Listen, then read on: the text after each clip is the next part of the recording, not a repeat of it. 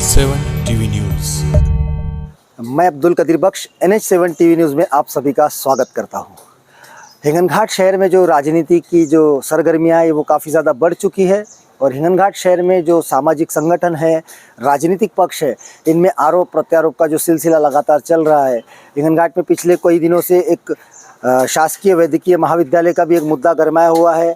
उसके अलावा और भी विकास को लेकर बहुत से विषयों पर लोगों ने निवेदन दिया है। उपजिला रुग्णालय के बारे में भी लोगों ने निवेदन दिया है और अभी हाल ही में वर्धा जिला को छोड़कर हिंगनघाट को जिला बनाया जाए, इसकी भी मांग अभी तेज़ी से बढ़ रही है।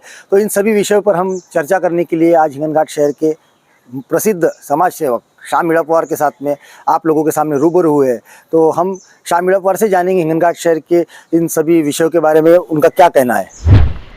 श्याम भाई, NH7 टीवी न्यूज़ में आपका बहुत बहुत स्वागत है। बहुत बहुत शुक्रिया। श्याम भाई, आज जिस तरीके से हमने आपकी एक मुलाकात लेने का जो एक सोचा था वो आपने हमें समय दिया, इसके लिए आपका बहुत बहुत शुक्रिया। और मेरे कुछ सवाल है हिंगनघाट को लेके, हिंगनघाट की राजनीति को लेके, हिंगनघाट के विकास को लेके। तो आपका इसमें क्या कहना है कि हिंगनघाट शहर में जो पिछला कई सालों का जो कार्यकाल रहा है, अलग अलग आमदार रहे, नगराध्यक्ष रहे और अभी वर्तमान में जिस तरीके का कार्यकाल स्थानीय आमदार समीर भाऊ कुनावार का है, तो इन सभी आमदार के कार्यकाल में आपको क्या लगता है, किसका कार्यकाल आपको अच्छा लगा है? इतने सालों से मैं देख रहा हूँ, 25 साल से मैं यहाँ समाज सेवा में हूँ, तो समीर भाऊ ने जिस तरीके से 5-6 हज़ार करोड़ का काम ला करके हिंगनघाट जो डेवलप किया, उसके वो तारीफ काबिल है। और बाकी जो आमदार थे उन लोगों के कार्यकाल में ऐसा नहीं हुआ करके हम अभी जो मेडिकल कॉलेज की और ये जो जिला बनना चाहिए हिंगनघाट, जो अपेक्षा कर रहे हैं कि ऐसे काम उन्होंने किया है करके उनसे हम अपेक्षा कर रहे हैं। तो जैसे कि आपका बोलना है कि आमदार समीर भाऊ कुनावार के कार्यकाल में जिस तरीके से उन्होंने विकास किए, तो वो विकास कर रहे हैं, इसीलिए आप इस तरीके का मुद्दा उठा रहे हैं। यानी इनसे पहले जो आमदार थे या उनसे पहले जो भी खासदार आमदार थे, उनके सामने ऐसी कोई मांग नहीं रखी गई थी कि हिंगनघाट को जिले का दर्जा मिला जाए या हिंगनघाट में कोई कॉलेज लाए। लेकिन ये जो मुद्दा है, हम खुद हमारे बचपन से सुनते आ रहे हैं कि हिंगनघाट शहर में कोई डिग्री कॉलेज नहीं है, इंजीनियरिंग कॉलेज नहीं है, मेडिकल कॉलेज नहीं है, और अभी एक मुद्दा मेडिकल कॉलेज का गरमाया हुआ है।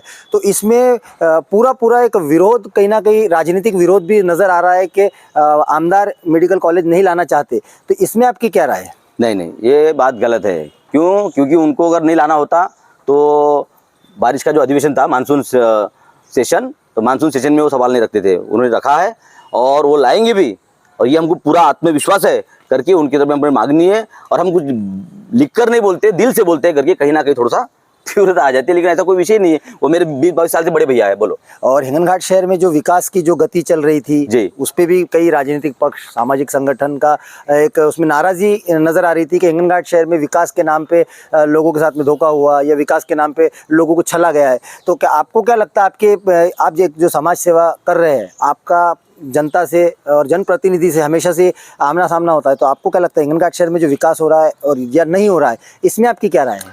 देखो, निधि लाना काम ये आमदार का रहता है। निधि वो लाते हैं, करोड़ 5,000-6,000 करोड़ का काम बोले तो मामूली बात नहीं है। ये कोई किसी की तारीफ करने की जरूरत नहीं है यहाँ पर।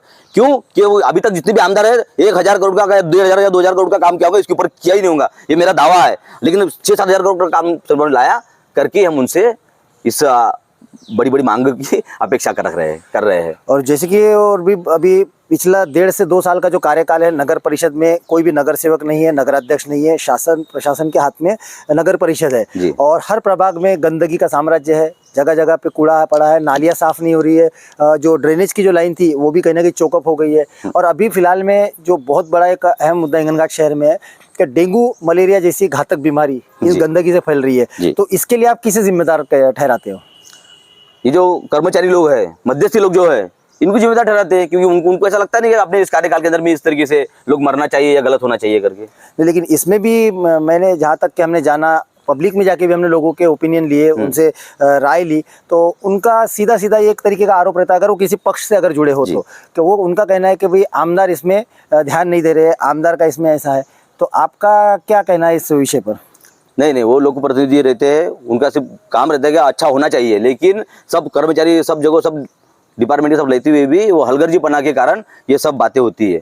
आमदार का इसमें कोई दोष नहीं है। तो अभी हाल ही में हिंगनघाट शहर में ऐसे एक 13 साल की बच्ची और एक दूसरा ऐसा डेंगू से मृत्यु हो चुकी है उनकी, और भी बहुत से लोग सरकारी हॉस्पिटल में एडमिट है और उनका इलाज वहाँ पे सही तरीके से नहीं हो रहा। अभी कल ही उन्होंने राष्ट्रवादी कांग्रेस की ओर से एक वहाँ पे जन आक्रोश मोर्चा निकाल के उपजिला रुग्णालय में जाके वहाँ की समस्याओं का अवगत कराया था वहाँ के जो चाचरकर साहब है।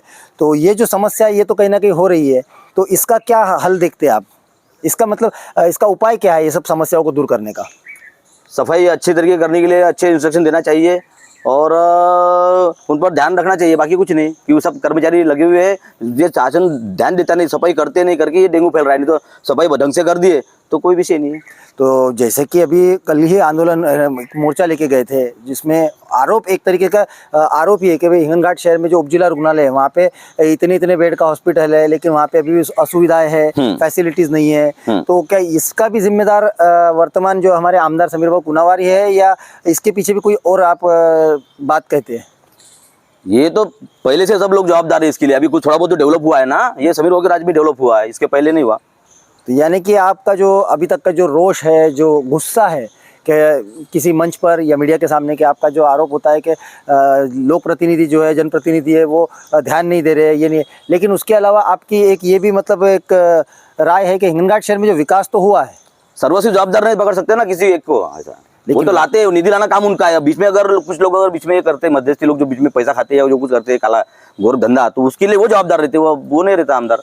तो जो भी अभी तक के आपके आंदोलन वगैरह भूमिकाएं जो रही आंदोलन में उग्र तरीके की रही है, आप हमेशा से फ्रंट पे आते हैं इस चीज़ के लिए, तो आपको ये किसी आपके ये बात आपके अंदर से आती है, या आपको कोई को ऐसा एक बताया जाता है कि आपको आज फलाना आंदोलन है, ये आंदोलन है, आपको इस तरीके से आपकी बात रखना है, तो ऐसा तो कुछ होता है कि आपके साथ? कुछ अगर हिंगनघाट शहर में अगर अन्याय होती हुई दिखा तो मेरे इसमें अपने आप जज्बा जागरूक हो जाता, और कोई साथ रहे ना रहे मैं खुद ही भिड़ जाता।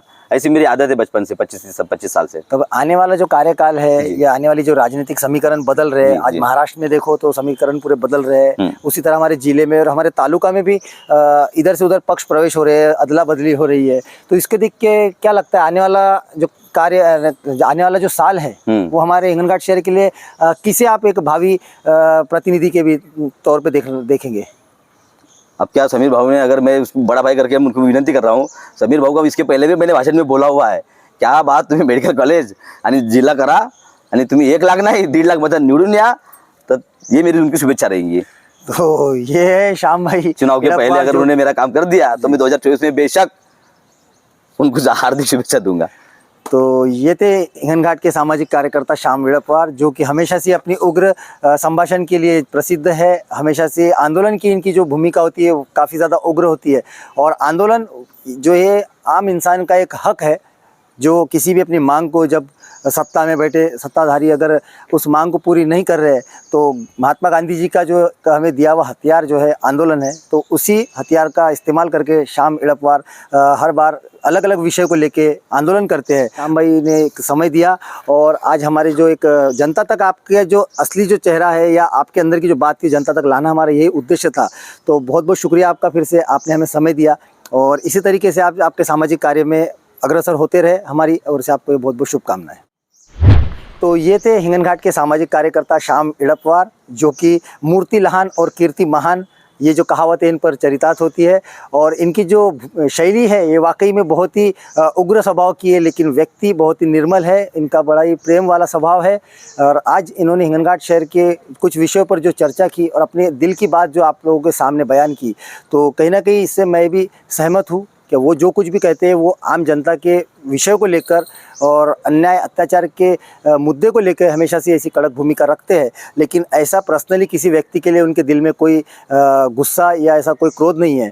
और उन्होंने जाते जाते एक बात भी बड़ी अच्छी कही है कि समीर भाऊ कुनावार जो आमदार है वर्तमान हिंगनघाट शहर के, आने वाला जो उनका कार्यकाल है उसके लिए उन्होंने शुभकामना भी दी, और उन्होंने एक इशारे में ये भी कहा है कि हिंगनघाट शहर में जो शासकीय वैद्यकीय महाविद्यालय की जो मांग है, जिसको लेके कई दिनों से 98-99 दिन से जो एक आंदोलन चल रहा है, तो उस मांग को सत्ता के जो आपके उच्चाधिकारी लोग हैं उनके सामने ये विषय को रखे और हिंगनघाट शहर को शासकीय वैद्यकीय महाविद्यालय दिलाए, जिससे कि हिंगनघाट ही नहीं संपूर्ण तालुका आपको और ज़्यादा प्यार करेगा। और आने वाला जो 2024 का आपका जो चुनाव हो, वो उसके लिए श्याम इड़पवार ने बता दिया कि हम उनके साथ हैं।